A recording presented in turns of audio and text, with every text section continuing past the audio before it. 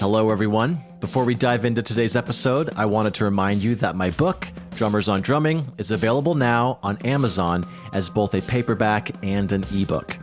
Based on the Big Fat Five segment of this podcast, where I sit down with my favorite drummers to discuss the 5 records and stories that shaped their approach to the instrument, this book is packed with insights from the drummers who redefined how we think about the modern drum set.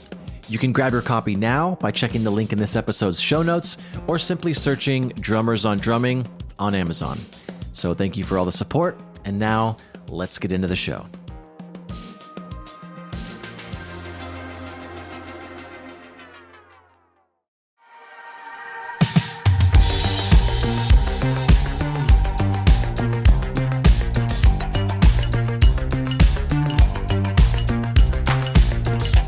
Hello. You're listening to Baseball by BB Normal, which is coincidentally the solo project of our guest this week, Ben Barter. Born in Auckland, New Zealand, Ben is currently a Los Angeles-based drummer, producer, storyteller, and ex-dishwasher to the stars. He's shared the stage with Lorde, Broods, Jared James, and many more. He's played basically every large festival you can think of and has done all the talk shows. He's the shit, he's such a pleasant guy, and I really enjoyed chatting with him. Keeping up with the theme of Season 2, Ben broke down the top drumming moments that formed his playing. His Steve Gadd moment was actually an entire solo, and I played the whole thing, so don't skip forward to any of the music on this one because Ben has some great choices. And links to all the songs in this episode can be found via the podcast section on bigfatsnaredrum.com. And while I admit the audio isn't ideal, we're doing the best we can in this whole remote recording thing, so please fight through this and enjoy the show. Cheers. I'm here with Ben Barter. Thanks for being on the show, man. Thank you. Thanks for having me. So your mantra is basically to make the simple stuff sound good, and you definitely do. And so that's why I'm really excited to have you on the show, because I love your drumming, and I'm really excited to hear about your top 5, or it can be top whatever. Again, I think every episode people have not stuck to the top 5, which is totally fine. Oh yeah, no. But, I managed to get it down to the top 6.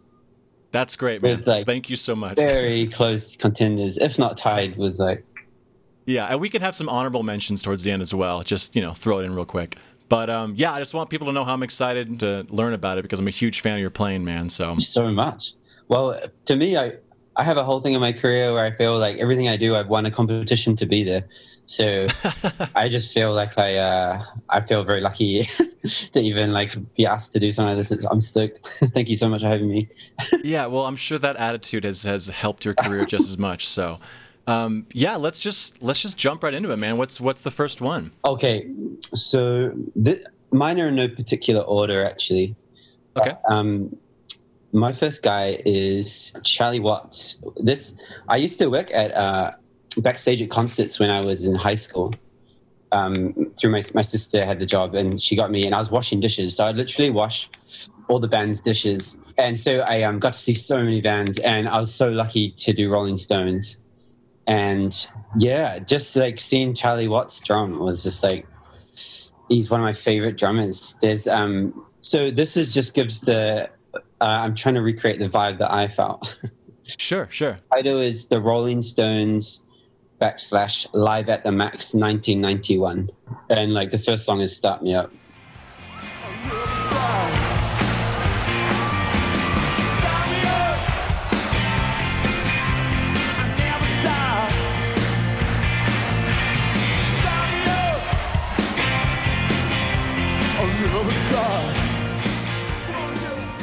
Yeah.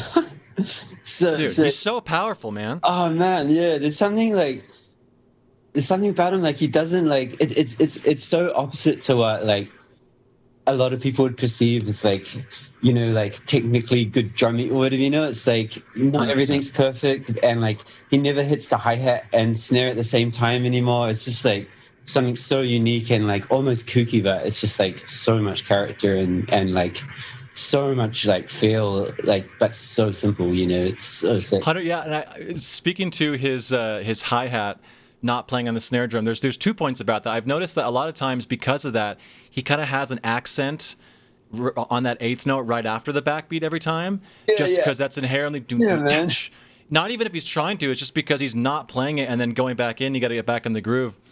And he also, I don't do this, but part of me every time I like try out a snare drum, I almost want to hit a hi-hat at the same time. Yeah. Because it's like when I'm playing, you're never hitting a snare by itself. It's like just go around, have your buddy just hold a hi-hat and walk around, because that's the actual sound. You know what I mean? So funny. Yeah, true. His whole vibe is no ego at all, and not only him as a person. I mean, he's always been the level-headed Rolling Stone, kind of soft-spoken, clean-cut. I was gonna say, when you were talking about doing the dishes and stuff, I wonder if like when you got his dishes, it's like the fork and knife were perfectly at a 45-degree angle. The plate was like cleaned. It said "thank you" on it. You know? Yeah, man. He's so classy. He's such a gentleman. All right, let's if you're ready, let's go to number 2, man. So this was a moment that just like blew my mind. Like I didn't know like anyone could drum like this, and I must have been like, I can't remember how old I was, but it was Aaron Spears, the Caught Up fill, and it was like in like an Usher like award show performance. So it was live when he did it, and it blew my mind. And I remember just going like doing the slow YouTube down, like slow it by 25% and 50%. 50% was a bit much. He just chopped it up too much, but 25 almost worked out what he's doing. When I figured out that you can do that on YouTube videos, it changed so much for me. Sick.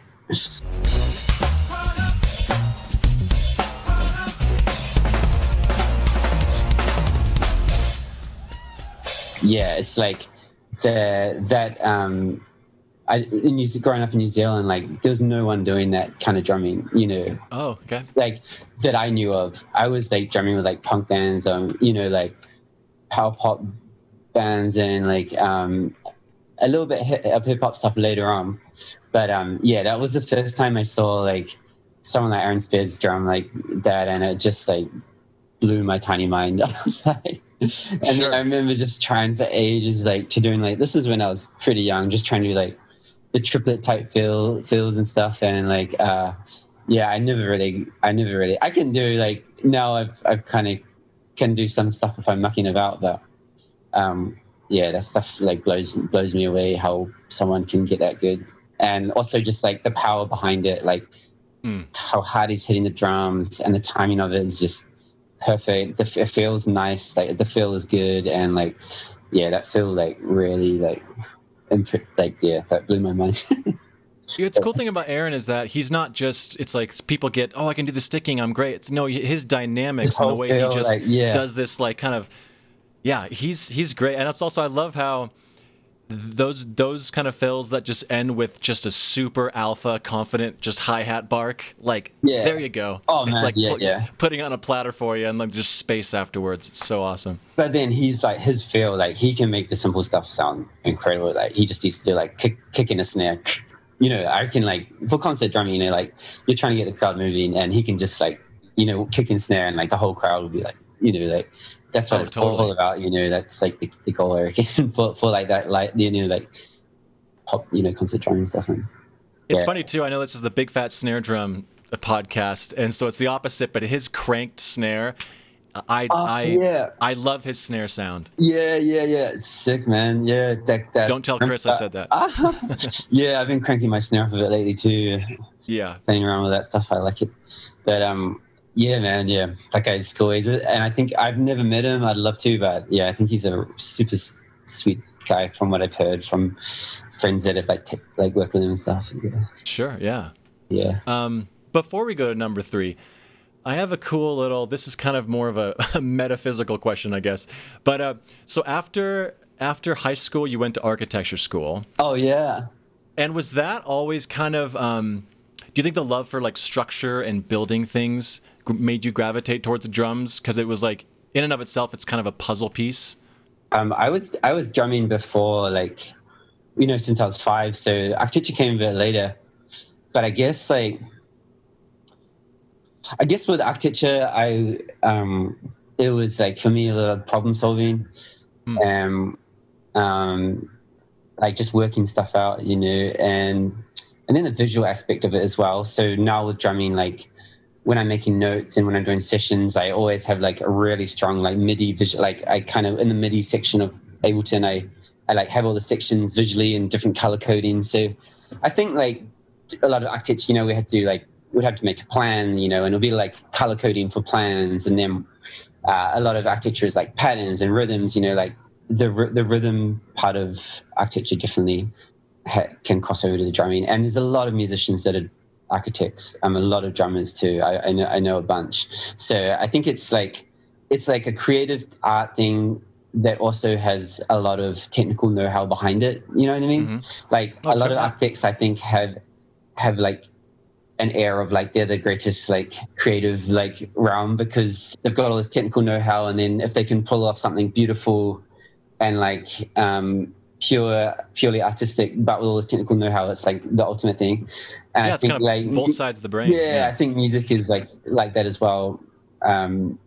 You gotta like technically that stuff really backs up, but the end product, the concept might be really simple and like kind of avant-garde, but then all the technical know-how really like comes in behind it, so maybe that's like why like architecture and musician brains are similar, I reckon. I don't know.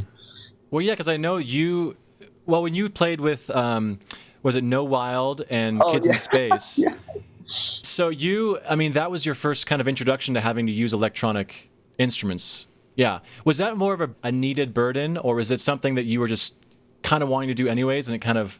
I think I was like interested in it. I had started using Ableton and using backing tracks for old bands by then. So all I need to do is get like a sample pad, plug it into my laptop, and like chuck some triggers on, Sure. So it was like pretty innocent step beforehand. And then, sorry, I'm drinking Soda Stream.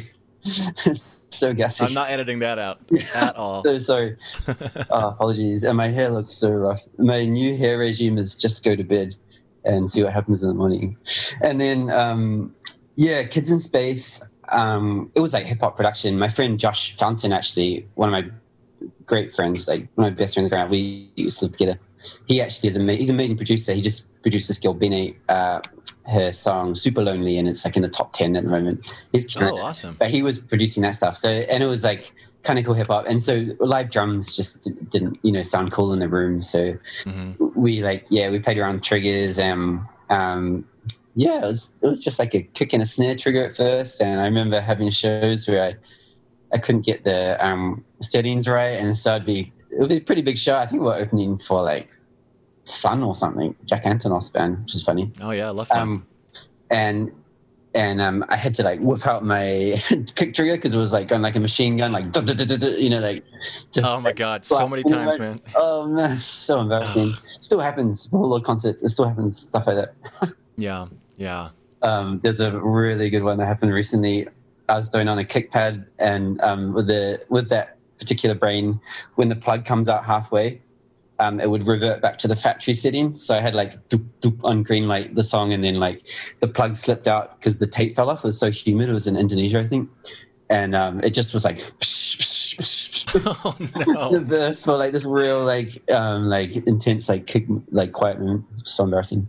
At least Green Light's not one of her biggest songs. Yeah. But electronics, like I think it's cool. Like I really enjoyed like music production, like getting the sounds sounding really cool, and like for the music, for the song. But in terms of just playing, I would much rather play like just a normal kit. But luckily, like electronic drums are getting way more advanced. Like have to plug in the Gawa. I play Gawa G9 electronic drums now, and they're so sick. And like, I was gonna say, congrats, man! You're officially an artist now. That's awesome. I've got them here. They can spin around, and like, I'm getting ready for a performance. That's awesome. But they are sick, and like even the hi-hat feels really natural now. It's like pretty amazing, and like the way they've recorded like the tones, and that excites me about electronic drums. But when it's just like hitting samples and stuff, it's like it's fun, but playing like just playing acoustic drums, it's like nothing beats that. Are you still playing the DAWs pads? Or are you switching all I've to got Gawa? DAWs. So the Gawa, I'll use the Brain, and I'll probably have to use some of the other companies like Kick Things and stuff. But I'll use like the Gawa pads, and the Brain is amazing. Yeah, it's so sick. And I just feel so lucky from going. I think it was like an Alesis like drum pad that was just a MIDI controller.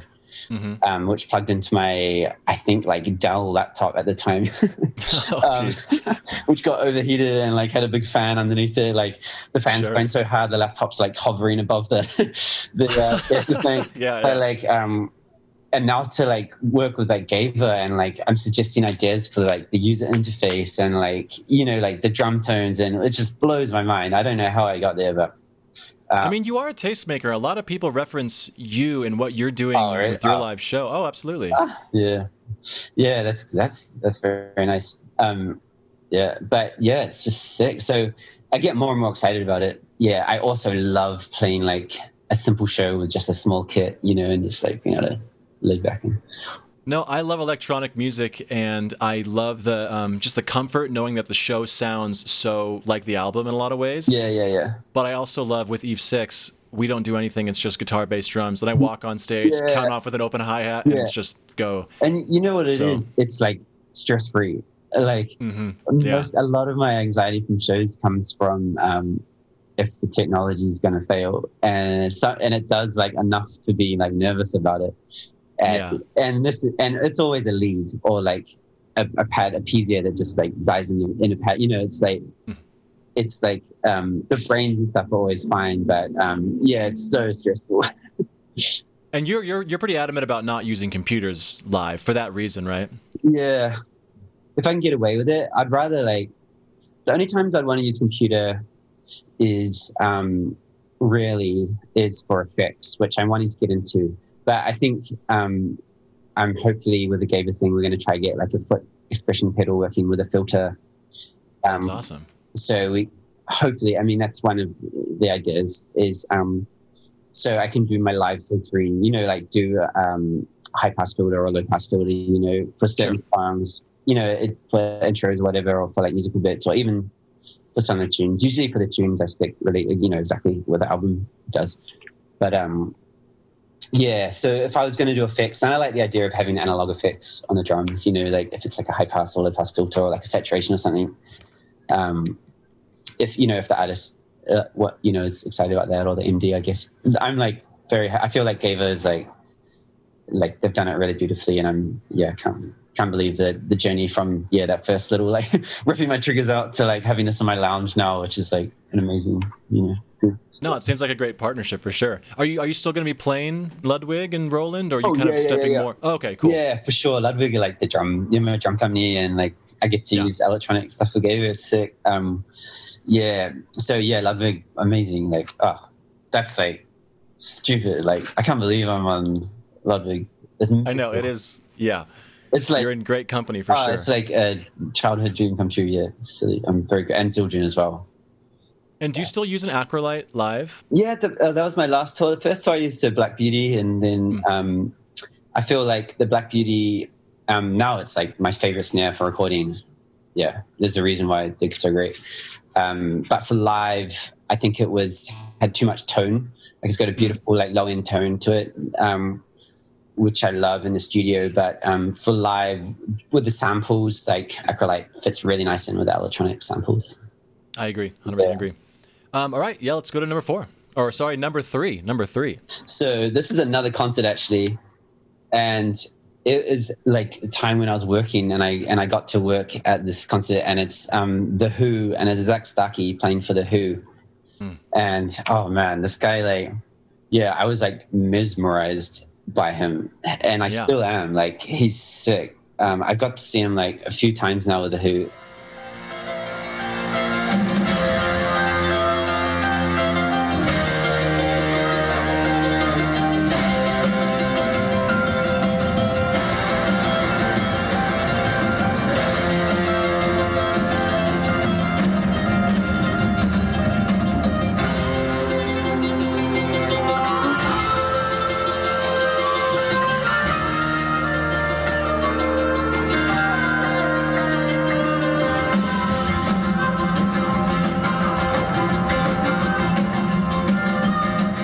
And then with his stuff with Oasis is like some of my favorite drumming ever. It's so. Oh, I didn't know he played with Oasis. Oh yeah, he played on. I think he played on a couple of albums, and then he like toured for them for a bunch. I think it was just his feel. You know what? I think it's just like when the music's so good, all you need to do is a simple beat and like just like lay that and like I think that's what I love. Like for me anyway, like that's the kind of drumming I've always like it gets me excited. Is just like playing like the simple groove and the music's so good. It's like that the end result is just like that's my favorite kind of drumming. So you would definitely say that Richard over Zach, not his dad's Richard Stark. Over Keith Moon. Yeah, you choose him because I mean when Keith is like the opposite of what you're saying. It's so different, yeah. And I love Keith. Like that's like for a whole nother reason though. Like Keith stuff. Like I mean, yeah, he was kooky as heck. Like his like stuff is so kooky. His fills and stuff. Like I love how he like gets off the metronome. Like and like yeah, that just his whole personality. Like yeah, if the drummer has like good feel and this mysterious like insane personality, they're rock, it's like rock stars. It's so sick, like but and Zach, Zach's got like the rock star, like probably like the mystique and stuff, but just like he's got the cool hair too. Yeah, so sick. He's got a little like he's always like ruffling up between takes. Yeah. Sick. Like the whole mod English thing. He's real cool. I got to meet him. We played with him a couple of years ago in San Fran or Seattle, and San Fran, and I got to meet him. He was so nice. He's so cool. We talked about the butt kickers. Porter and Davies. I think so. Yeah, we had a good conversation about that. What'd you guys talk about? Things that make our butts rumble. Just the traditional stuff. Yeah. I don't know how we started talking about it. I think it was. I don't know how, but. I have one of those. They're great. I know there's other people that make them. I'm not sure if you're talking about other brands, but I tried. I tried it once at the start of rehearsals, like last tour, I think, or maybe in the fifth tour.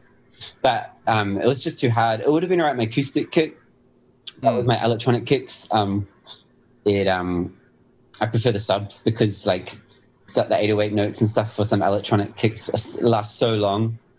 Yes, and, they do. Just like you're hanging on for rumbling like more than it's not. Sure. Funny.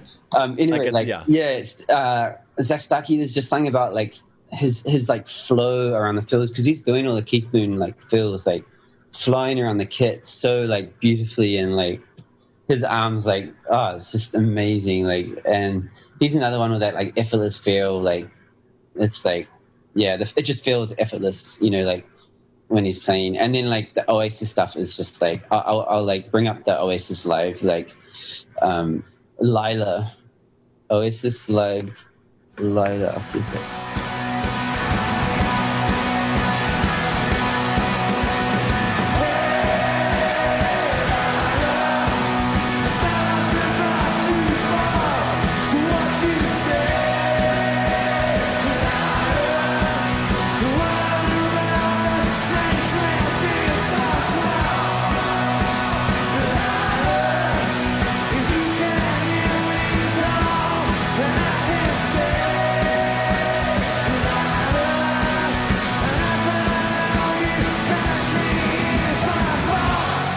yeah, man, that's like cool. Yeah. Wouldn't it like feel like that would be the most amazing feeling, like playing that song in the front of that many people and just like yeah. Well, what I love about that is that, and then maybe I'm alone in this, but that's like I was saying when we were listening, that's not something I would, if someone played that riff, I wouldn't think immediately to do a Motown 4 on the floor, 4 on the snare kind of thing, but it feels so perfect. That's the kind of stuff you can't teach. It's just like inherently know this is going to work, and it's rad. Yeah, it's so sick. Yeah, he drummed on that album, actually. I think that's one of the ones he drummed on. But yeah, Zach Starkey, absolute champion. He's like, classy man, like, just effortless feel, like, real tasteful, like, so tasteful. Such a tasteful drummer. So simple, it's like... Sure. Yeah. I noticed in those Who songs that you showed, it seems like they're playing them slower live. Like he kind of tames the whole band. Yeah, it's interesting. Yeah, yeah, man, he's cool. I've seen him a few times. Last time I saw him was at Hollywood Bowl actually, and he played a electric drum kit. It was my favorite like Who performance. But he's still cool. Yeah, it's so Oh, sick. he played a V drum the whole Who show? They had an orchestra on stage. Oh, okay. He made it sound really natural and stuff. But Yeah. yeah, like I love seeing his like massive big like K sweet rides and sweet crashes. I think Sure. I don't know if he helped develop those, but I feel like he was like behind like the sweet K cymbals back in the day. I wouldn't be surprised because, I mean, that kind of drumming is just washing the whole time. So I'm sure they needed something that was little, Yeah, they might have been developed tame. for the Who. Even I'm not sure. I'm sure I saw that somewhere. I might be wrong. And I did kind of want to, speaking of more simple drumming, again, I've read, at least for a point in time, you were a fan of Blink and Travis. Oh, yeah. And like hugely. Yeah, that guy's like definitely like I wouldn't be who I am without his drumming for sure. Like just I'm like right with you. I listen. That's all I listened to when I was a teenager. I had the Me whole too. take off your pants and jacket. Like I could air drum the whole thing in the like yeah his parts are so. I think I probably still can. I don't listen to it enough, but also just the sound of that record is amazing. The drums sound so great. But I wanted to bring it up because, and I don't want to discredit him if Travis ever listens to this. I echo exactly what Ben's saying. I love you. But with the drumming that I go towards nowadays, I feel that my instincts are to be busier than I should be. Yeah. Do you find that something that you had to work to get over, and do you still struggle with it today? Because I try and do too much, and it's because of me listening to him having to be busier on top of such simple songs. Yeah. I think I get like those Blink shows where like the songs are amazing, but also like the other guys like weren't the best musicians in Blink. So like he kind of brought the show, and like for any like fan in the crowd, like I think a lot of people enjoyed it. I think I get why people also like could say is busy. And then like all his pop stuff he does when he like does collaboration with anyone else, he's pretty like he's a brilliant pop drummer for sure. But I know what you mean. I think the more I started making my own music and producing my own music, I just put me way more in the headspace of like a producer or a song. I don't want to say songwriter because I feel like I just kind of produce beats and stuff. I'm terrible lyrics, and I don't think I could write any. Or I can't sing. I sound like a muppet. But like, again, another parallel. That made me think just the drums. Like it stopped making me think of a drummer anymore. Now I want to think of myself as a musician. Like I just stopped. Like the simpler the better. Like or the technical prowess, or like the idea of like a musician playing something a bit more technical in the crowd, like seeing if other musicians in the crowd might pick up on it, like, I don't know, it's like, it's cool, it's a thing that, I don't know, at the end of the day, for me, I'm much more interested in like the overall sound, like that's kind of where I'm at now. Yeah, I mean, now I favor like maybe being overly simple rather than like tricky, but that's just where I'm at now, There's music where like the whole point is that it's this beautiful, intricate drumming, like dudes like Yusuf Days, like that guy, like it's beautiful, like it's like tasteful, it's technical, it's like a lot of like he's playing a lot of notes, but it's like really common, or like like those fusion drum, like for me, like that's where technical drumming is beautiful, and doing a lot, you can't help but take that out and just do it on the drums, like in a solo sense, and it's so much fun. It's so cool. I think it's that's when I really turned the corner. Was like making my own stuff and like realizing that like the rhythm like can come from like the synth part, like the bass part or whatever. Like being able to get a synth part to like cleverly fit in with a drum beat, where it feels like one groove. Like you hit the snare and like the synth like comes just after it, or like where you like hit the snare and like I feel like you might do a little late, if you can get it with a synth, like it's still the groove is like gonna be more interesting because it's not just all on the drums. So I guess that's like how I kind of started playing more simply, I guess. No, I mean, going back to Charlie Watts too, just him playing a basic beat, but just doing something. It's him, that hi-hat after on the eighth note. It's like that's a rhythm in and of itself. He's probably not even meaning to do. But yeah, there was Albert Hammond Jr., who is the guitarist for the Strokes. He had a little thing where he was talking about he usually writes something very basic just to get an idea out, and then he's like, how can I tweak it to make it just a little more unique instead of like starting from the very beginning being like, I have to make the coolest beat that's original, insert here. He's a guitarist, of course, but this is like only in what I'm doing in my world. Like for a live show, for example, like people want to be like blown away. People are going to pay like $140 for a ticket, and they want to show, like when I talk about drumming simply and like playing the simple feel, like the simplest possible, that's just like in my music sense and like the kind of genre of music that I'm into or trying to play. But I think that probably wouldn't be cool for a lot of like general public or like be interested, like they'd much rather see like a phenomenal like drummer like do insane stuff. Like I want to make sure I'm like not discrediting anyone else's style or genre of drumming here. Like I want to make that really clear.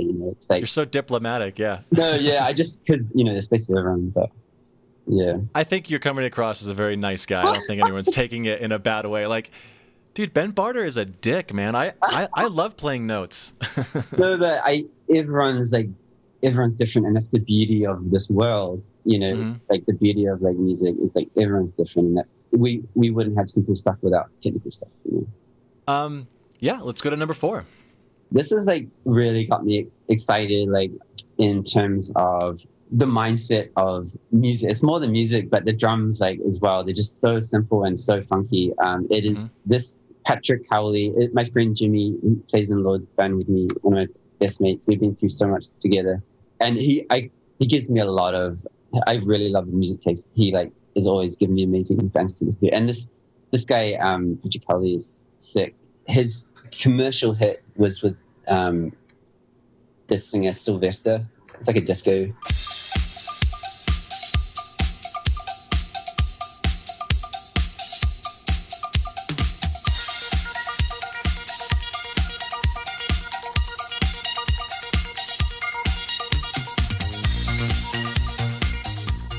So this guy Patrick Cowley did like a lot of disco production, and his own album. It's like pretty kooky, but this one is like really influenced my own stuff, and also like the temperament of it. It's got like this kind of like I'm really into like faux earnestness at the moment. Like it's kind of hard to explain, but it's like I don't know. Anyway, this is like it's so sick.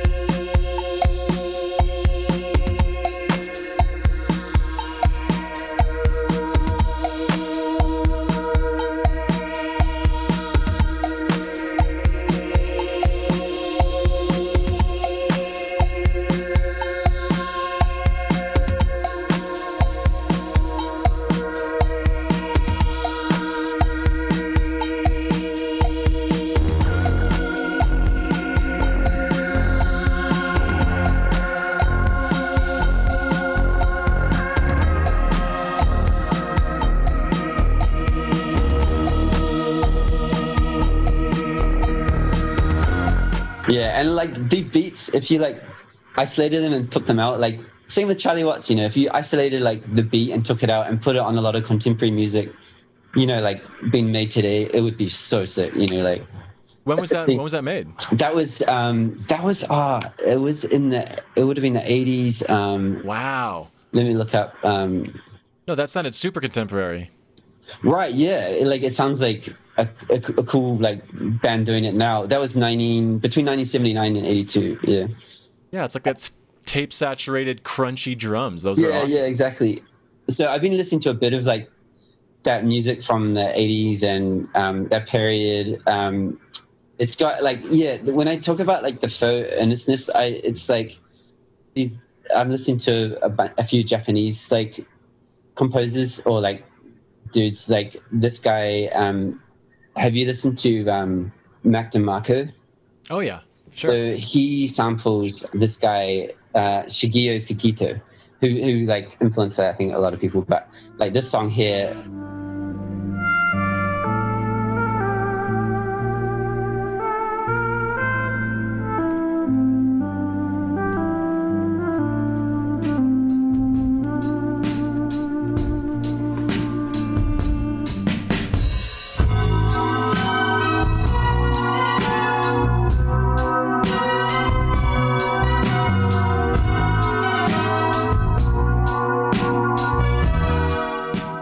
and so his like I'm also listening to like it's in this same like mindset space for me, is the type of drumming I'll so like this kind of stuff.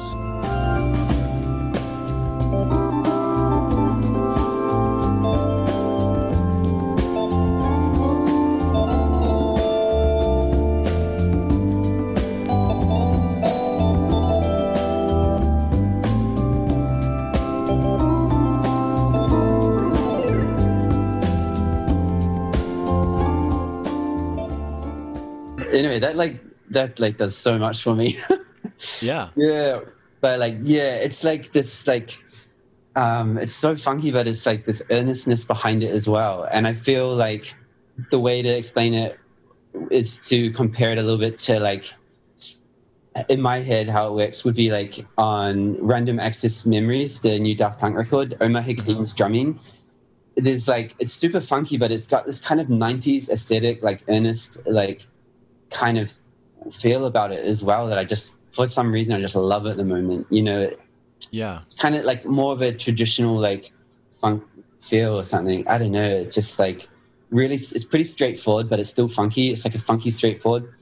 I'm like, that's like the feel that I'm like real like into at the moment. Like, and that's kind of bled into BB Normal, which is your solo stuff. Yeah, totally. Like it's like a little like kooky and like Bernard Purdie does it. You know, like when he's doing the shuffle, like it's like funky, but there's also like an air of like I don't know how to explain it. Like, for me, it's like an earnest like traditional feel rather than when stuff got real funky and like loose, you know, like and I made it was between like the Motown and where we are now. I feel like, you know, like the 1995 like Zildjian days, you know, like, you know, the Picaro dudes, you know, like you know, like all the session drummers in, like I'm kind of digging that sound at the moment. And that's so that Petrocali, like that whole world, like, and like the Japanese guys, like the whole world is that's like the thing that's really guiding me at the moment. I'm really excited to dive into those guys. Yeah, those sounds are awesome. Pretty kooky. A lot of it's like mad too. Like if you go into some of the other Harumi Hasono, it's like crazy music, like some of it. But it's not easy to listen to. I think I like a lot of music that I think a lot of my friends don't enjoy, like some of the music I put on sometimes. Like just, I don't know, it's like maybe not as like melodic or something. But that stuff really excites me. Yeah. That's awesome. Yeah. It's sounding great. So number 5. So this guy, Jim Gordon, have you? Oh yeah. Yeah. It's a horrible, like heartbreaking story, you know, like, and like with mental health, and I'm sure like it's not, mental health doesn't make excuses on decisions. He probably made some terrible decisions, you know, like it's such a complicated horrible thing, like but anyway, his drumming is just like phenomenal, and like it goes back to the effortless feel. But I think like everyone will know like this whole album. I did some research, and it's an insane like story behind this album, but like everyone will know this one.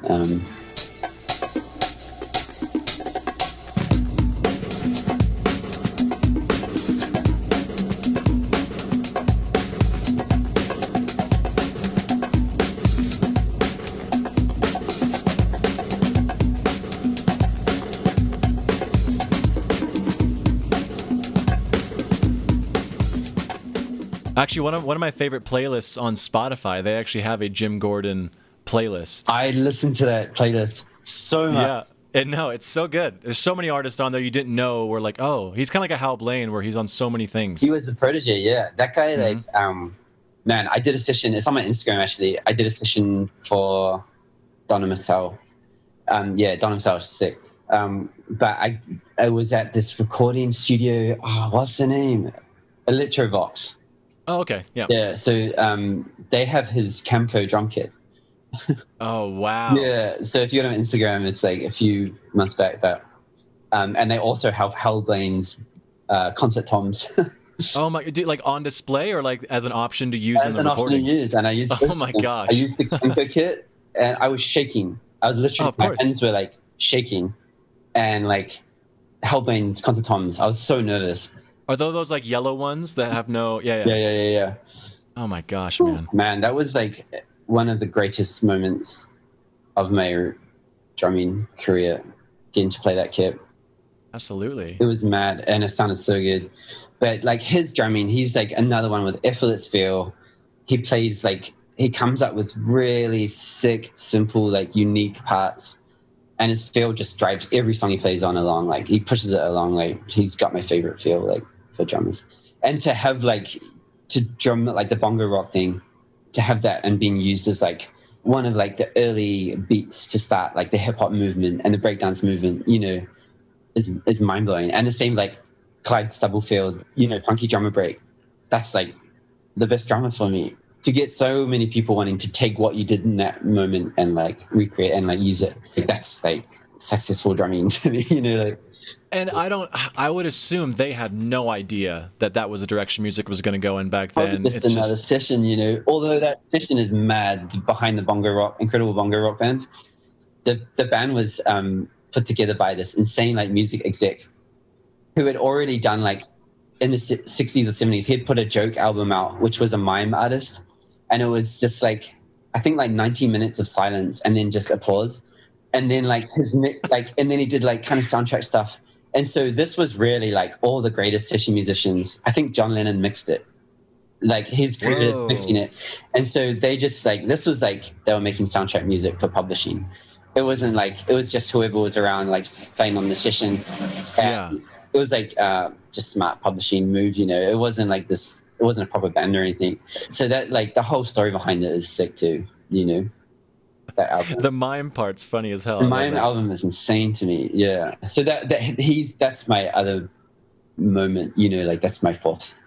Sure. No, it's a good one. All right. Yeah. Let's go to number 5. Well, I think, okay. Yeah. 5. I think, so what have I done? I've done Charlie Watts, Aaron Spears, Zach Starkey, Patrick Cowley, Jim Gordon. So this would be my 1, 2, 3, 4, 5, 6. Oh, 6th. Wow. So Jim Gordon would be I'm a drummer. I can't count. Okay. Yeah. Yeah, it's an odd time signature at 5, so I have to like round it off at 6. It just Thank you, sir. And I love a 6/4 feel. So my sixth and final dude is Steve Gadd. Like, it was like for me, I first like really discovered him on YouTube, which is kind of intuitive, I guess. But then you realize a lot of your favorite music he was drumming on anyway, you know, like, so it was with Grover Washington Jr. Yeah.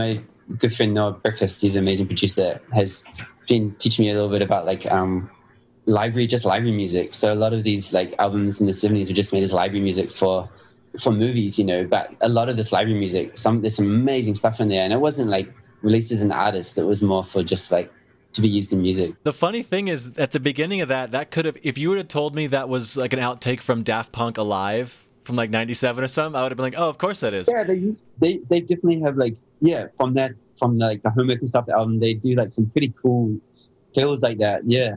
Yeah. But man, I think a lot of drummers have had the GAD. It's like you have the GAD moment. It should be like a milestone in a lot of drummers' lives. Like when did GAD like really like you felt, you know, like, oh, that's what drumming, like that's how you do it. Yeah. I feel like, yeah, I definitely like it was a few years ago now, but like, yeah, like I like maybe 5 years ago, probably pretty late. It was late for me too. Yeah. But then like you listen back to like the Steely Dan and stuff, and like Paul Simon, you're like, oh, I've been listening to him for years anyway. And that's why I love those songs. You know, it's like the drums, like you just join the dots. But well, yeah, I mean that's why GAD's GAD, because you can. There's there's the stuff he did with Paul Simon, and then you hear that, and you're like, oh, that's the same drummer. I have so much to learn.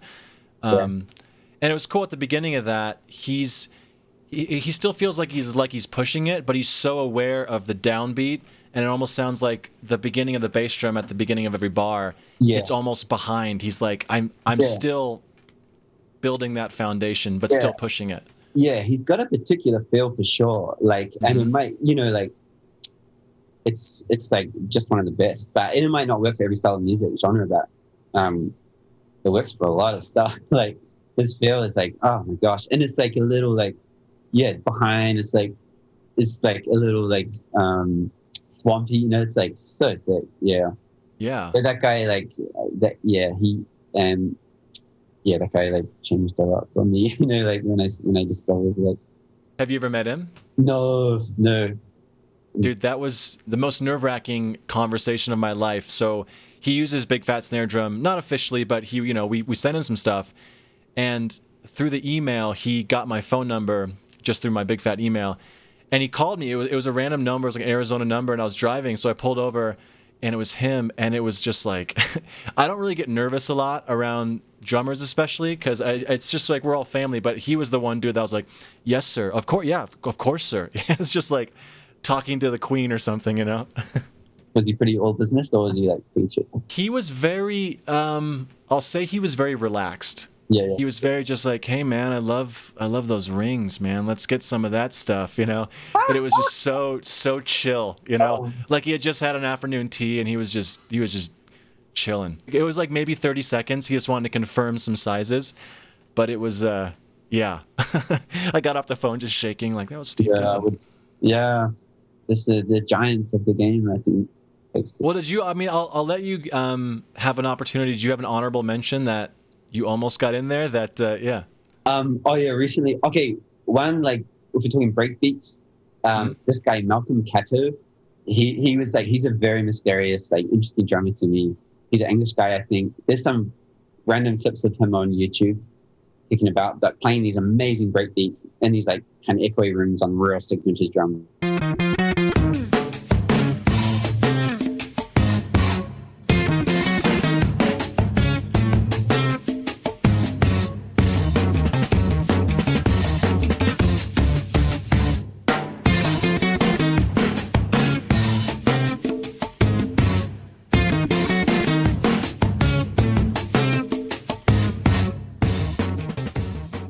That was a real cool thing.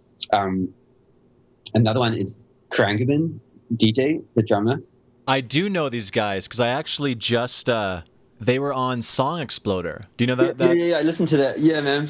Yeah, so we won't forget, and that's that groove as well is so. Yeah, that guy so tasty. Is like an animal. Oh my gosh, he's insane. That he can, like, I doubt they would have quantized or anything. Like that's just his feel. Yeah. So unfair. Well, I think from what I've heard from that episode is that most of their stuff is like live in a room, and then they'll overdub the vocals later. But for the most part, the final tracks, or at least the bass and the drums, are just like together. Because doing it right. Yeah, guys insane. Oh, okay. Another couple of quick ones. Yeah, please. Cody Nelson from the Minchicks. Unknown Mortal Orchestra. Okay. They're a New Zealand band. That guy him and his brother they were in a band, New Zealand band, Minchicks, and then they did their own things. And so it's Ruben Nielsen is the brother. He's the Unknown Orchestra, and then his brother Cody drums for him. They're both probably great drummers, but Cody is a fantastic drummer. You should look into Cody Nielsen. That guy is and his whole production. He's a genius. He produces it all. They produce it all themselves. That guy's insane. John Theodore, D. Lastinus Crematorium. That was changed the game for all my friends at the time. We all we listened to that opened our minds, our tiny minds. Opened them up. Yeah, it blew our tiny minds. Yeah. And then obviously Tony Allen as well. I cannot mention Tony Allen. But I feel so bad. I don't know that drummer. Yeah, Fela Kuti's he's just incredible drummer. He drummed for Fela Kuti, and that guy it's kind of African rhythms done on a traditional drum kit. Yeah. So he passed away this year, and but that guy Tony Allen, there's some incredible videos on YouTube. For some reason, Russia loves beat making and not only beat making on MPC type pads, but also just love drummers with great groove. And so they have these competitions where they have it's hours long, and it'll be Bernard Purdie versus Tony Allen, and they'll both have a bass player, and it's like a versus thing. And so one guy will play a beat, and then the other guy will play a beat. And they're not even playing the same kind of beat. They're just playing the grooves, whatever they want to play. It's a groove off? That's so awesome. There should be definitely more of those. All these all these straight up Russian people just loving it in the crowd. Mind-blowing stuff. And the drum kits are insane. I think Tony Allen's playing B8 Sabian cymbals on one of his kits. It's so low key. It's so sick. But yeah. Well, I don't want to take up any more of your time. I know you said you're procrastinating, but so maybe I should. But where can people find you? Just to Yeah, Instagram is the one. I keep people updated with my drumming stuff mainly on that. Ben_Barter. Mm-hmm. Yeah, Ben_Barter. And then then I have my music. If anyone, it's pretty wacky. It's BB Normal, and so you can find that link to my Instagram account. I got to say that thank you to this morning, because I was I know your BB Normal music on Spotify, but I was curious if there was a YouTube video, and so I typed in BB Normal, and the first thing that came up was this guy was shot in the finger by a BB, and it was this procedural video of them removing it, and it was so disgusting, but of course I watched it. I'm also the guy that watches pimple popping videos, so I'm weird like that. But so thank you for that. Well, if YouTube BB Normal, hopefully one day but it's not a big thing yet. And then Ben Barter Drums, I just got a new website. I'm pretty proud of it. I made it myself. Awesome, man. BenBarterDrums.com, and that's more for my session drumming. So. And you actually have that video where you kind of talk about how you kind of set up the drums, and after how you process the drums, I guess is the word I'm looking for. That was a few while ago, and I feel with those that kind of production stuff, you're constantly changing and developing. So I've got a bit of a different setup now. So but yeah, that's just kind of how I process live drums. And it was cool. Yeah, sorry to keep interrupting. There's so many people that are better at processing drums than me. It's just what I've think works to be. But hopefully there's a few tips for people. Yeah, stuff like that. All right, well, I'll let you get to work, but thanks for coming on, man. No worries. Cheers. See you, buddy. That's the show. Thanks for listening. Be sure to check out bigfatsnaredrum.com and follow us on Instagram, Facebook, Twitter, and TikTok at bigfatsnaredrum. The audio you're hearing was edited with Isotope RX Audio Editor. It's magic. So go check that out at isotope.com. Cheers.